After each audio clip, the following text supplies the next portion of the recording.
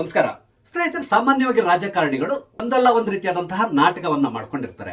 ಯಾಕಂದ್ರೆ ಇವರು ರಾಜಕೀಯ ಮಾಡಬೇಕು ಅಂದ್ರೆ ಈ ರೀತಿಯಾದಂತಹ ಡ್ರಾಮಾವನ್ನ ಮಾಡ್ಕೊಂಡಿರ್ಬೇಕಾಗುತ್ತೆ. ಇಲ್ಲ ಅಂದ್ರೆ ಬಹಳಷ್ಟು ಕಷ್ಟ ಆಗ್ತದೆ ರಾಜಕೀಯವನ್ನ ಮಾಡ್ಲಿಕ್ಕೆ. ಈಗ ಕರ್ನಾಟಕದಲ್ಲಿ ಒಂದು ರಾಜಕೀಯ ನಾಟಕ ಕೂಡ ನಡೀತಾ ಇದೆ. ಹಾಗಾದ್ರೆ ಏನದು ರಾಜಕೀಯ ನಾಟಕ? ಇದ್ರ ಬಗ್ಗೆ ನಿಮ್ ಜೊತೆ ಸ್ವಲ್ಪ ಹೊತ್ತು ಮಾತಾಡ್ತಾ ಇದ್ದೇನೆ. ಸ್ನೇಹಿತರೆ, ನಿಮ್ಮೆಲ್ಲರೂ ಕಾಫಿಯಾತಿ ಯೂಟ್ಯೂಬ್ ಚಾನಲ್ಗೆ ಸ್ವಾಗತಿಸ್ತಾ ಇದ್ದೇನೆ. ಸ್ನೇಹಿತರೆ, ನಾನೀಗ ಹೇಳಲಿಕ್ಕೆ ಹೊರಟಿರೋದು ಶಿವಾನಂದ ಪಾಟೀಲ್ ಅವರು ಬಸವನ ಬಾಗೇವಾಡಿಯ ಶಾಸಕರ. ಇವರು ಈಗ ತಮ್ಮ ಸಚಿವ ಸ್ಥಾನ ಮತ್ತೆ ಶಾಸಕ ಸ್ಥಾನ ಎರಡಕ್ಕೂ ಕೂಡ ರಾಜೀನಾಮೆ ಪತ್ರವನ್ನ ಸಲ್ಲಿಸಿದ್ದಾರೆ. ನಿನ್ನೆ ಅವರು ಯುಟಿ ಖಾದರ್ ಅವ್ರನ್ನ ಭೇಟಿ ಮಾಡಿ ಅವರಿಗೆ ತಮ್ಮ ರಾಜೀನಾಮೆ ಪತ್ರವನ್ನ ಹ್ಯಾಂಡ್ ಓವರ್ ಮಾಡಿದ್ದಾರೆ. ಇದರ ಹಿನ್ನೆಲೆ ನಿಮ್ಗೆ ಈಗಾಗಲೇ ಗೊತ್ತಿರಬಹುದು, ಆದ್ರೂ ಕೂಡ ಸ್ವಲ್ಪ ಬ್ರೀಫ್ ಆಗಿ ಹೇಳ್ತೇನೆ. ಸ್ನೇಹಿತರೆ, ಇತ್ತೀಚೆಗೆ ನಮ್ಮ ಹರಕುಬಾಯಿ ಬಸವನಗೌಡ ಪಾಟೀಲ್ ಯತ್ನಾಳ್ ಅವರು ಯಾವುದೋ ಒಂದು ಸಭೆಯಲ್ಲಿ ಮಾತಾಡ್ತಿರುವಾಗ ಮೊಹಮ್ಮದ್ ಪೈಗಂಬರ್ ಅವ್ರ ಬಗ್ಗೆ ಏನು ಸ್ವಲ್ಪ ಕೆಟ್ಟದಾಗಿ ಮಾತಾಡಿದ್ರು. ಇದರಿಂದಾಗಿ ಏನಾಯ್ತು, ಮುಸಲ್ಮಾನ್ ಸಮುದಾಯ ಅವರ ವಿರುದ್ಧವಾಗಿ ಪ್ರತಿಭಟನೆಗಳನ್ನೆಲ್ಲ ನಡೆಸ್ತಾ ಇದ್ರು. ಇತ್ತೀಚೆಗೆ ನಡೆದಂತಹ ಒಂದು ಪ್ರತಿಭಟನೆ ಸಭೆ ಅದು ವಿಜಯಪುರದಲ್ಲಿ ನಡೆದಿರುವಂತಹದ್ದು. ಈ ವಿಜಯಪುರದಲ್ಲಿ ನಡೆದಂತಹ ಈ ಪ್ರತಿಭಟನಾ ಸಭೆಗೆ ಬಸವನ ಬಾಗೇವಾಡಿ ಶಾಸಕರಾದಂತಹ ಹಾಗೆ ಸಚಿವರು ಆಗಿರುವಂತಹ ಶಿವಾನಂದ ಪಾಟೀಲ್ ಅವರು ಕೂಡ ಬಂದಿದ್ರು.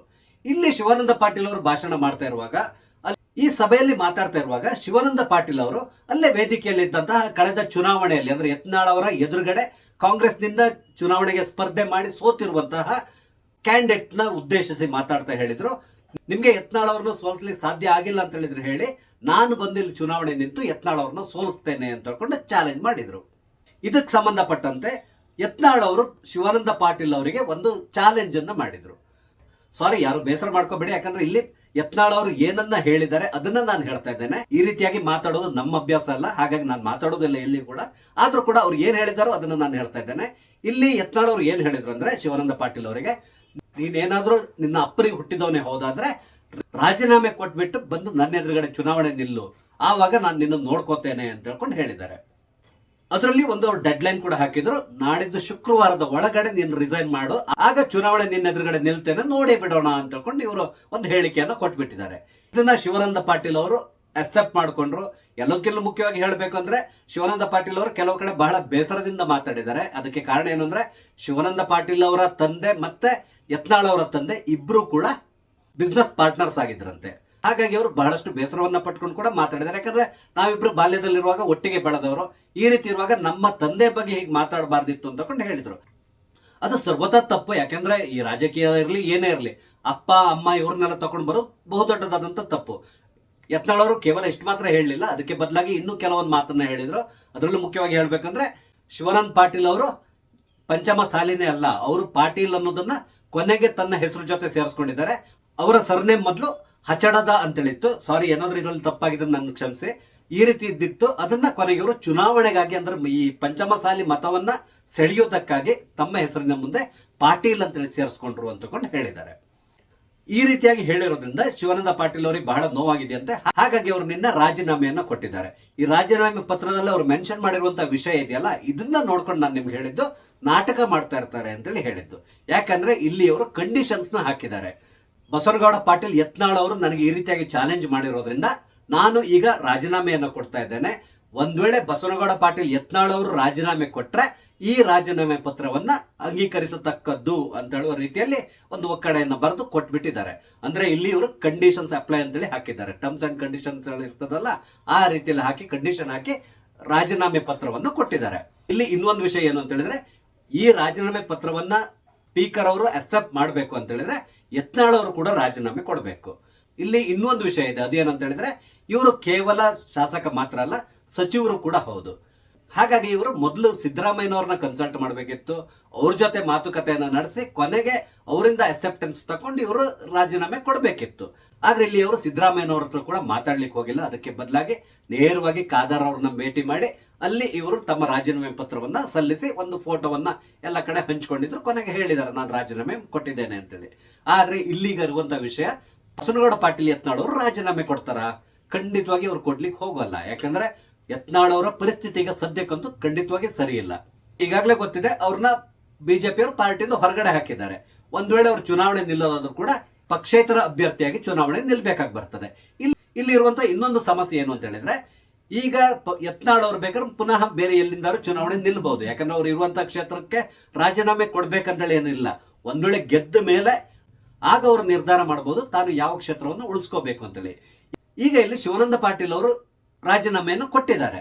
ಒಂದ್ ವೇಳೆ ಈ ರಾಜೀನಾಮೆ ಅಂಗೀಕಾರವಾಗಿ ಕೊನೆಗೆ ಬಸವನ ಬಾಗೇವಾಡಿಯಲ್ಲಿ ಪುನಃ ಚುನಾವಣೆ ಏನಾದರೂ ಅನೌನ್ಸ್ ಆದ್ರೆ ಆ ಸಂದರ್ಭದಲ್ಲಿ ಯತ್ನಾಳ್ ಅವರು ಅವ್ರ ಎದುರುಗಡೆ ಹೋಗಿ ಚುನಾವಣೆಗೆ ನಿಲ್ಬಹುದು. ಅಲ್ಲಿ ಏನಿದೆಯೋ ಅವರ ಈ ಚಾಲೆಂಜ್ ಮಾಡ್ಕೊಂಡಿದ್ದಾರಲ್ಲ ನೀನಾ ಅಂತ ಹೇಳ್ಕೊಂಡು ಆ ಚಾಲೆಂಜ್ ಪ್ರಕಾರ ಅಲ್ಲಿ ಚುನಾವಣೆಯಲ್ಲಿ ಒಂದ್ ವೇಳೆ ಶಿವಾನಂದ ಪಾಟೀಲ್ ಅವರು ಏನಾದ್ರು ಗೆದ್ರೆ ಆಗ ಅವರು ಅಲ್ಲಿಯ ಶಾಸಕರಾಗಿ ಕಂಟಿನ್ಯೂ ಆಗ್ತಾರೆ. ಅದೇ ರೀತಿಯಲ್ಲಿ ಯತ್ನಾಳ್ ಅವರು ತಮ್ಮ ವಿಜಯಪುರದ ಶಾಸಕ ಸ್ಥಾನ ಏನಿದೆ ಅದನ್ನ ಖಂಡಿತವಾಗಿ ಉಳಿಸ್ಕೊಳ್ತಾರೆ. ಇಲ್ಲಿ ಯಾವ ರೀತಿ ನಾಟಕ ನಡೀತಾ ಇದೆ ಅಂತ ಹೇಳಿದ್ರೆ, ನಾನ್ ನಿನ್ನ ಹೊಡೆದಾಗ ಮಾಡ್ತೇನೆ, ನೀನು ಬಿದ್ದಾಗ ಮಾಡು, ಈ ರೀತಿಯಾಗಿ ನಾಟಕ ನಡೀತಾ ಇದೆ. ಎಲ್ರಿಗೂ ತುಂಬಾ ಚೆನ್ನಾಗಿ ಗೊತ್ತಿದೆ ಯತ್ನಾಳ್ ಅವರು ಖಂಡಿತವಾಗಿ ರಾಜೀನಾಮೆ ಕೊಡ್ಲಿಕ್ಕೆ ಹೋಗಲ್ಲ. ಒಂದ್ ವೇಳೆ ಅವ್ರು ರಾಜೀನಾಮೆ ಕೊಟ್ರೆ ಏನಾಗ್ತದೆ, ವಿಜಯಪುರದಲ್ಲಿ ಚುನಾವಣೆ ಆಗ್ತದೆ. ವಿಜಯಪುರದಲ್ಲಿ ಚುನಾವಣೆಗೆ ನಿಂತ್ರೆ ಇವರು ಪಕ್ಷೇತರ ಅಭ್ಯರ್ಥಿಯಾಗಿ ಚುನಾವಣೆಗೆ ನಿಲ್ಬೇಕಾಗಿ ಬರ್ತದೆ. ಈಗಾಗಲೇ ವಿಜಯೇಂದ್ರ ಕಾಯ್ತಾ ಇದ್ದಾರೆ ಹೇಗೆ ಯತ್ನಾಳ್ ಅವ್ರನ್ನ ಹೊಡೆಯೋದು ಅಂತೇಳಿ. ಒಂದ್ ವೇಳೆ ಚುನಾವಣೆ ಎಲ್ಲಾದ್ರೂ ಅನೌನ್ಸ್ ಆಯ್ತು ಅಂತ ಹೇಳಿದ್ರೆ ಬಿಜೆಪಿಯಿಂದ ಯಾರೋ ಒಂದು ಡಮ್ಮಿ ಕ್ಯಾಂಡಿಡೇಟ್ ನ ಹಾಕ್ತಾರೆ. ಇವರೆಲ್ಲರೂ ಸೇರಿ ಕಾಂಗ್ರೆಸ್ಗೆ ಸಪೋರ್ಟ್ ಮಾಡಿ ಕಾಂಗ್ರೆಸ್ ಗೆಲ್ಲುವ ರೀತಿಯಲ್ಲಿ ನೋಡ್ಕೊಂತಾರೆ. ಅಂದ್ರೆ ಶಿವಾನಂದ ಪಾಟೀಲ್ ಅವರು ಗೆಲ್ಲುವ ರೀತಿಯಲ್ಲಿ ನೋಡ್ಕೊಂಡು ಯತ್ನಾಳ್ ಅವ್ರನ್ನ ಖಂಡಿತವಾಗಿ ಸೋಲಿಸ್ತಾರೆ. ಆ ಮುಖಾಂತರ ವಿಜಯೇಂದ್ರ ಮತ್ತೆ ಯಡಿಯೂರಪ್ಪ ಅಥವಾ ಈ ಯಡಿಯೂರಪ್ಪನವರ ಫ್ಯಾಮಿಲಿ ಏನಿದೆ ವಿರುದ್ಧ ಇವರು ಪ್ರಚಾರ ಮಾಡ್ಕೊಂಡು ಬರ್ತಾ ಇದಾರಲ್ಲ ಭ್ರಷ್ಟಾಚಾರಿಗಳು ಅಂತ ಹೇಳ್ಕೊಂಡು, ಈ ಅವಮಾನಕ್ಕೆ ಸೇಡನ್ನ ತೀರಿಸಿಕೊಳ್ಳಿಕ್ಕೆ ವಿಜಯೇಂದ್ರ ಅವರು ಖಂಡಿತವಾಗಿ ಈ ಒಂದು ಅಖಾಡವನ್ನ ಉಪಯೋಗಿಸ್ಕೊಳ್ತಾರೆ. ಆದ್ರಿಂದಾಗಿ ಯತ್ನಾಳ್ ಅವರು ಖಂಡಿತವಾಗಿ ರಾಜೀನಾಮೆ ಕೊಡ್ಲಿಕ್ಕೆ ಹೋಗಲ್ಲ. ಇದೇನಿದ್ರು ಕೂಡ ಒಂದು 2 ದಿನದ ಬ್ರೇಕಿಂಗ್ ನ್ಯೂಸ್ ಈ ತರ ಆಗಿ ಕೊನೆಗೆ ಅದು ಸುದ್ದಿ ಇಲ್ಲದೆ ಸೈಲೆಂಟ್ ಆಗಿ ಹೋಗ್ಬಿಡ್ತದೆ. ಯಾಕಂದ್ರೆ ಸಿದ್ದರಾಮಯ್ಯನವರು ಖಂಡಿತವಾಗಿ ಅಕ್ಸೆಪ್ಟ್ ಮಾಡಲ್ಲ. ಕರೆದು ಮಾತಾಡ್ತಾರೆ, ನಿನ್ಗೇನ್ ತಲೆ ಕೆಟ್ಟಿದ್ಯಾ ಅಂತ ಹೇಳ್ಕೊಂಡು ಅವ್ರಿಗೆ ಒಂದು ಅವರ ಕಿವಿ ಹಿಂಡಿ ಒಂದು ಬುದ್ಧಿ ಹೇಳ್ಬಿಟ್ಟು ರೆಸಿಗ್ನೇಷನ್ ಲೆಟರ್ ವಾಪಸ್ ತಗೊಳ್ಳಪ್ಪ ಅಂತ ಹೇಳಿ ವಾಪಸ್ ಕಳಿಸ್ಕೊಡ್ತಾರೆ. ಇದೆಲ್ಲ ಅಂದ್ರೆ ರಾಜಕೀಯದಲ್ಲಿ ಸಾಮಾನ್ಯವಾಗಿ ಈ ರೀತಿಯಾಗಿ ಚಾಲೆಂಜ್ ಮಾಡೋದು, ಅದನ್ನ ಇವರು ಅಕ್ಸೆಪ್ಟ್ ಮಾಡೋದು ಸಾಮಾನ್ಯವಾಗಿ ಚುನಾವಣೆ ಸಂದರ್ಭದಲ್ಲಿ ನೀವು ನೋಡಿದ್ದೀರಾ. ಅಂದ್ರೆ ಈ ರಾಜಕೀಯ ನಾಯಕರು ಇರ್ತಾರಲ್ಲ ಇವರು ಯಾವಾಗ್ಲೂ ಅಷ್ಟೇ ಸಾರ್ವಜನಿಕ ಚರ್ಚೆಗೆ ಬನ್ನಿ ನೀವು ಅಂತ ಹೇಳ್ಕೊಂಡು ಹೇಳ್ತಾ ಇರ್ತಾರೆ. ಅಂದ್ರೆ ಈಗ ಸಿದ್ದರಾಮಯ್ಯ ಮತ್ತೆ ಯಡಿಯೂರಪ್ಪ ಅಂತೇಳಿ ಇಟ್ಕೊಳ್ಳಿ. ಈಗ ಯಡಿಯೂರಪ್ಪನವ್ರು ಹೇಳ್ತಾರೆ ಸಿದ್ದರಾಮಯ್ಯನವರು ಹಾಗಾದ್ರೆ ನನ್ನ ಎದುರುಗಡೆ ಒಂದು ಸಾರ್ವಜನಿಕವಾಗಿ ಚರ್ಚೆಗೆ ಬರಲಿ, ನಾನು ಅವರ ಎಲ್ಲಾ ಪ್ರಶ್ನೆಗಳಿಗೆ ಉತ್ತರ ಕೊಡ್ತೇನೆ ಅಂತ ಹೇಳ್ಕೊಂಡು ಹೇಳ್ತಾರೆ. ಸಿದ್ದರಾಮಯ್ಯನವರು ಕೂಡ ಅಷ್ಟೇ ಎಲ್ಲೋ ಒಂದು ಕಡೆ ನಿಂತ್ಕೊಂಡು ಹೇಳ್ತಾರೆ ಯಡಿಯೂರಪ್ಪನವರಿಗೆ ಧೈರ್ಯ ಇದ್ರೆ ನನ್ನ ಎದುರುಗಡೆ ಚರ್ಚೆಗೆ ಬಂದು ನಿಲ್ಲಿ, ನಾನು ಅವರ ಪ್ರಶ್ನೆಗಳಿಗೆ ಉತ್ತರ ಕೊಡ್ತೇನೆ ಅಂತ ಹೇಳ್ತಾರೆ. ಆದ್ರೆ ಎಲ್ಲಿಯೂ ಕೂಡ ಇಬ್ರು ಒಂದು ಚರ್ಚೆಗೆ ಫೇಸ್ ಟು ಫೇಸ್ ಆಗಿ ಬಂದು ನಿಲ್ಲೋದೇ ಇಲ್ಲ. ಯಾಕಂದ್ರೆ ನಮ್ಮ ಚುನಾವಣೆಯಲ್ಲಿ ಆ ವ್ಯವಸ್ಥೆ ಇಲ್ಲ. ಅಂದ್ರೆ ಈಗ ಅಮೆರಿಕಲ್ಲೆಲ್ಲ ನಡೀತದೆ, ಆದ್ರೆ ನಮ್ಮಲ್ಲಿ ಆ ವ್ಯವಸ್ಥೆ ಇಲ್ಲ. ಆದ್ರೆ ಇವ್ರು ಈ ರೀತಿಯಾಗಿ ಹೇಳ್ತಾ ಇರ್ತಾರೆ. ಬಟ್ ಯಾರು ಕೂಡ ಎದುರು ಬದುರು ನಿಂತ್ಕೊಂಡು ಕ್ಯಾಂಡಿಡೇಟ್ಗಳನ್ನು ನಿಂತ್ಕೊಂಡು ಚರ್ಚೆ ಮಾಡೋದು, ಅವ್ರು ತಾವ್ ಏನ್ ಮಾಡ್ತೇವೆ, ತಾವ್ ಏನ್ ಮಾಡಿದ್ದೇವೆ, ಈ ರೀತಿಯಾಗಿ ಚರ್ಚೆ ಮಾಡೋದು ಎಲ್ಲಿಯೂ ಕೂಡ ನಡೆದಿಲ್ಲ, ಎಲ್ಲಿಯೂ ಕೂಡ ನಡೆಯೋದಿಲ್ಲ. ಕೇವಲ ಇವರು ಭಾಷಣ ಮಾಡ್ಲಿಕ್ಕಾಗಿ ಮಾತ್ರ ಈ ರೀತಿಯಾಗಿ ಉಪಯೋಗಿಸ್ಕೊಳ್ತಾರೆ. ಈ ಚಾಲೆಂಜ್ ಮಾಡೋದು, ಅದನ್ನ ಅಕ್ಸೆಪ್ಟ್ ಮಾಡೋದು ಅಥವಾ ಅಕ್ಸೆಪ್ಟ್ ಮಾಡದೇ ಇರೋದು, ಅಥವಾ ನಾನು ಚುನಾವಣೆಯಲ್ಲಿ ಸೋತ್ರ ಮುಂದೆ ನಾನು ರಾಜಕೀಯವನ್ನೇ ಮಾಡೋದಿಲ್ಲ, ಇಲ್ಲಿಗೆ ಬಿಟ್ಬಿಡ್ತೇನೆ, ಒಂದ್ ವೇಳೆ ನನ್ನ ಮೇಲೆ ಏನೋ ಒಂದು ಅಪಾದನೆ ಇದ್ರೆ ಅದು ಪ್ರೂವ್ ಆದ್ರೆ ನಾನು ರಾಜಕೀಯವಾಗಿ ಸನ್ಯಾಸವನ್ನ ತಗೊಳ್ತೇವೆ, ಈ ರೀತಿಯಾಗಿ ಬಹಳಷ್ಟು ಜನ ಹೇಳಿದ್ದನ್ನ ಕೇಳಿರ್ತೀರ. ಅದೇ ರೀತಿಯಲ್ಲಿ ಈ ಕೇಸ್ ಕೂಡ ಅಷ್ಟೇ. ಇವರು ಒಂದು ರಾಜೀನಾಮೆ ಅಂತೇಳಿ ಕೊಟ್ಟಿದ್ದಾರೆ, 2 ದಿನ ಇದು ಸುದ್ದಿ ಇರ್ತದೆ, 3ನೇ ದಿನ ಇದು ಟುಸ್ ಪಟಾಕಿಯಾಗಿ ಹೋಗ್ಬಿಡ್ತದೆ. ಈಗಾಗಲೇ ಯತ್ನಾಳ್ ಅವರು ಹೇಳ್ಬಿಟ್ಟಿದ್ದಾರೆ, ನಾನು ಅವ್ರಿಗೆ ಹೇಳಿದ್ದು ರಾಜೀನಾಮೆ ಕೊಡಿ ಅಂತೇಳಿ ಹೇಳಿದ್ದೆ, ಆದ್ರೆ ಈ ರೀತಿಯಾಗಿ ಕಂಡೀಷನ್ ಹಾಕಿ ರಾಜೀನಾಮೆ ಪತ್ರ ಕೊಡಿ ಅಂತ ಕೊಂಡು ಹೇಳಿಲ್ಲ. ಒಂದ್ ವೇಳೆ ಇವರು ರಾಜೀನಾಮೆ ಪತ್ರ ಅಕ್ಸೆಪ್ಟ್ ಆದ್ರೆ ಆಗ ನಾನು ಚುನಾವಣೆಗೆ ಅವರ ಎದುರುಗಡೆ ನಿಲ್ತೇನೆ ಅನ್ನೋ ರೀತಿಯಲ್ಲಿ ಅವ್ರು ಈಗಾಗಲೇ ಮಾತಾಡಿದ್ದಾರೆ. ಹಾಗಾಗಿ ಇಲ್ಲಿ ಏನು ನಡೆಯೋದಿಲ್ಲ. ಒಂದ್ ಹೇಳ್ತೇನೆ ನೋಡಿ, ಈ ರಾಜಕೀಯ ನಾಯಕರಿದಾರಲ್ಲ ಇವರಿಗೆ ತಮ್ಮ ಕ್ಷೇತ್ರವನ್ನ ಅಭಿವೃದ್ಧಿ ಮಾಡೋದು ಅಥವಾ ತಮಗೆ ಕೊಟ್ಟಂತ ಖಾತೆಯನ್ನ ಸಮರ್ಪಕವಾಗಿ ನಡ್ಸ್ಕೊಂಡು ಹೋಗೋದು, ಅದಕ್ಕೆ ಸಂಬಂಧಪಟ್ಟಂತಹ ಏನು ಕುಂದುಕೊರತೆಗಳಿದೆಯೋ ಅದನ್ನೆಲ್ಲ ಸರಿ ಮಾಡ್ಕೊಂಡು ಹೋಗೋದನ್ನ ಬಿಟ್ಟು ಈ ರೀತಿಯಾಗಿ ಚೀಪ್ ಪಾಲಿಟಿಕ್ಸ್ ಮಾಡ್ಕೊಂಡು ಕೂತ್ಕೊಳ್ತಾರೆ ಹೊರತು ಬೇರೆ ಏನನ್ನು ಮಾಡೋದಿಲ್ಲ ಇವರು. ಅದಕ್ಕಾಗಿ ರಾಜಕೀಯ ಮತ್ತು ರಾಜಕಾರಣಿಗಳಂದ್ರೆ ಒಂದ್ ರೀತಿಯಾಗಿ ಬೇಸರ ತರಿಸುವಂತಹ ವಿಷಯ ಆಗ್ಬಿಟ್ಟಿದೆ ಇತ್ತೀಚಿನ ದಿನಗಳಲ್ಲಿ. ಯಾಕಂದ್ರೆ ಪೊಲಿಟಿಕ್ಸ್ ಮಾಡಬೇಕು, ಅದಕ್ಕೆ ಕೂಡ ಒಂದು ವ್ಯಾಲ್ಯೂ ಇರಬೇಕು. ಒಟ್ಟಾರೆಯಾಗಿ ಈ ರೀತಿಯಾಗಿ ಟೈಮ್ ಪಾಸ್ ಪೊಲಿಟಿಕ್ಸ್ ಕೂಡ ಮಾಡ್ಲಿಕ್ಕೆ ಹೋಗ್ಬಾರ್ದು. ಅದನ್ನ ಈ ರಾಜಕಾರಣಿಗಳು ಅರ್ಥ ಮಾಡ್ಕೋಬೇಕು. ಅದು ಅವ್ರಿಗೆ ಯಾವಾಗ ಅರ್ಥ ಆಗ್ತದೋ ದೇವರಿಗೆ ಗೊತ್ತು. ಸ್ನೇಹಿತರೆ, ಅದಕ್ಕೆ ನಾನು ಆವಾಗಲೇ ಹೇಳಿದ್ದು ಇದೊಂದು ರೀತಿ ಡ್ರಾಮಾ ಅಂತ ಹೇಳ್ಕೊಂಡು. ಸ್ನೇಹಿತರೆ, ನಿಮ್ಗೆ ಏನ್ ಅನ್ಸ್ತದೆ? ಇದು ಡ್ರಾಮಾ ನಡೀತಾ ಇದೆಯಾ ಅಥವಾ ರಿಯಲ್ ಆಗಿ ಏನಾದ್ರು ಮಾಡ್ಲಿಕ್ಕೆ ಹೊರಟಿದ್ದಾರಾ? ಇದ್ರ ಬಗ್ಗೆ ನಿಮ್ಮ ಅಭಿಪ್ರಾಯವನ್ನ ಕಮೆಂಟ್ ಮುಖಾಂತರ ತಿಳಿಸಿ. ಹಾಗೆ ದಯವಿಟ್ಟು ನನ್ನ ಚಾನಲ್ ಸಬ್ಸ್ಕ್ರೈಬ್ ಮಾಡಿ, ನನ್ನ ಸಪೋರ್ಟ್ ಮಾಡಿ. ನಮಸ್ತೆ, ಜೈ ಹಿಂದ್.